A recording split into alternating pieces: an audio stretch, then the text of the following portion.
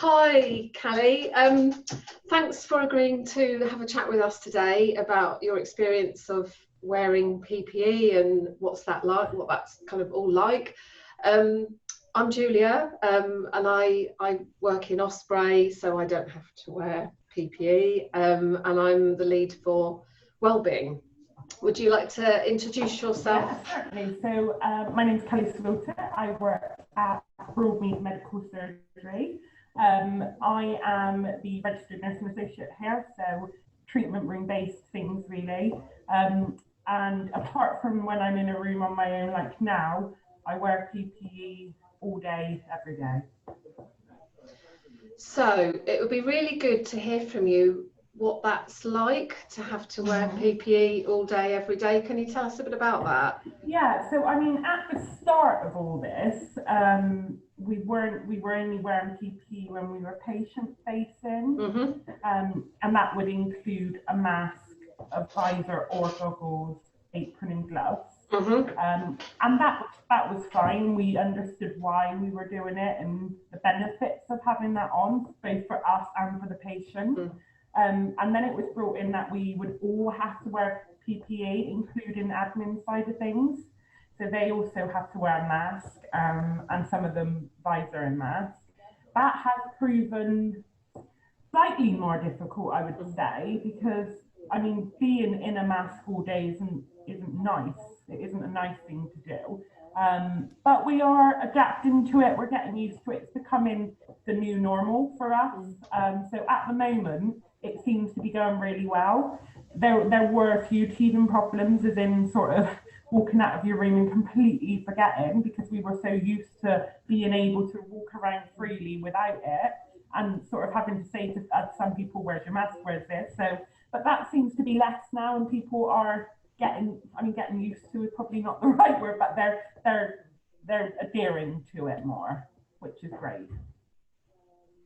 So what are the most challenging things about having to wear it?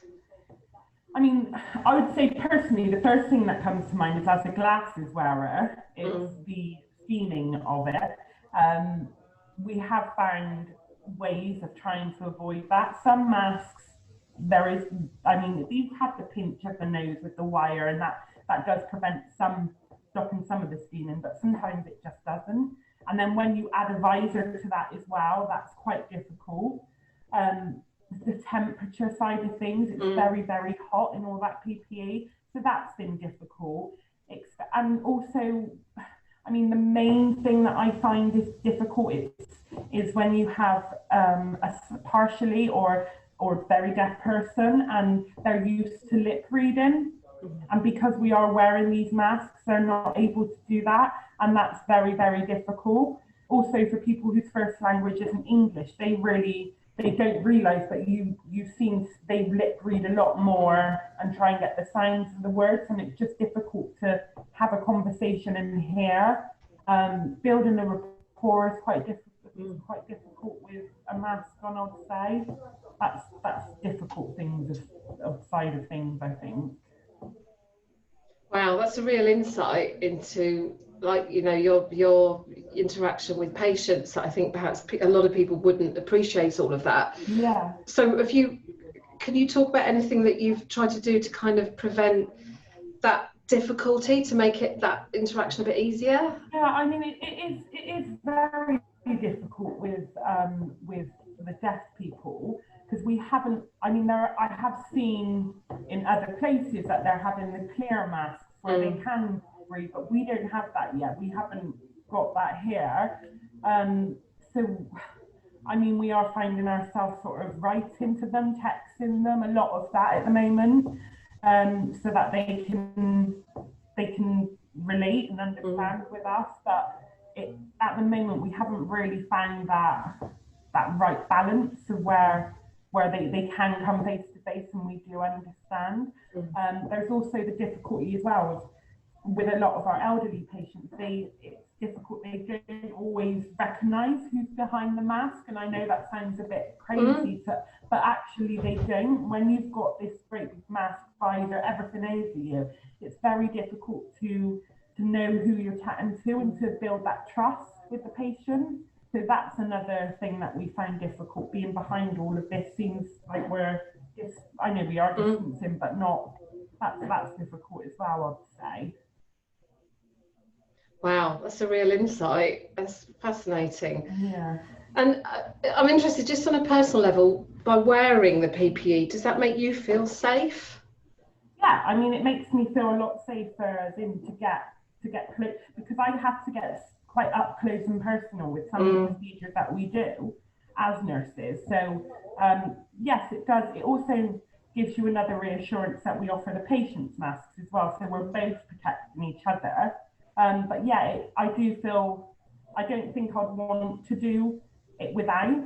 There are certain procedures that we've stopped doing during COVID at the moment, because you have to be fit tested for certain masks, and so that we wouldn't feel comfortable doing because of the aerosol thing. So I wouldn't do those procedures, but the procedures I would do, I feel comfortable doing when I'm in full PPE.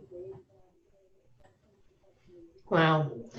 So is there, you said earlier about feeling like the heat feeling. I was thinking about you guys when, you know, a few weeks back when we had that like mega heat wave.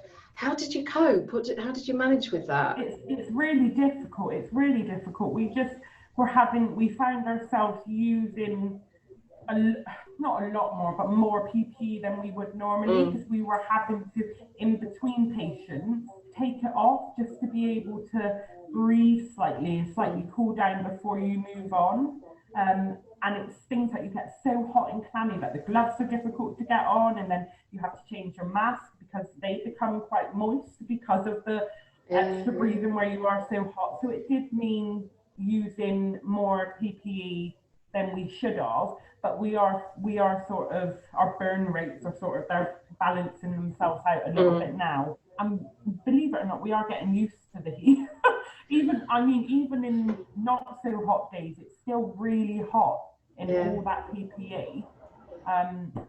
But yeah, changing it more often than advised was probably how we coped with it during the season, really. So is there anything else you'd like to share about your experience, particularly thinking of people who haven't had to wear PPE the whole time at work? I mean, apart from it, as I mentioned before, it is difficult to have that trust and relationship. You can't see, and actually not being able to, I forget sometimes, and if I'm walking past someone in the corridor, for example, and I smile, I forget that they can't always see that, and that's difficult. I think we do have more of a relationship with our patients when they're fully visible and they can see us. So that's been a really hard side of things. But we know why we're doing it. We know why we have to do it, and it is to keep everyone safe. So we are doing it and adhering to it that way. But yeah, it's just I feel like I haven't seen, especially some of our regular patients who's here quite often, I feel like I haven't had a catch up or been able to as much as I would previously. So that there is a difficult side of that, not having that face-to-face interaction. Like that, is it a connection with your patients type thing? Yeah, because picking up on, and in some consultations you pick up on facial expressions. Someone may say I'm fine, but you know by the way they look that actually I've known you, I've worked here for nearly 8 years now, so I know you and I know you're not, because I can see by your facial, I'm not getting that. So that's slightly difficult. So it may be that we are slightly missing some things, but it's really difficult. No one's ever been here before, so it's a learning curve for all of us, really. Yeah. Okay, well, thank you so much, Callie, for talking to us and sharing that. I mean, that was, I've learned a lot from what you've just said, so thank you. I really appreciate it.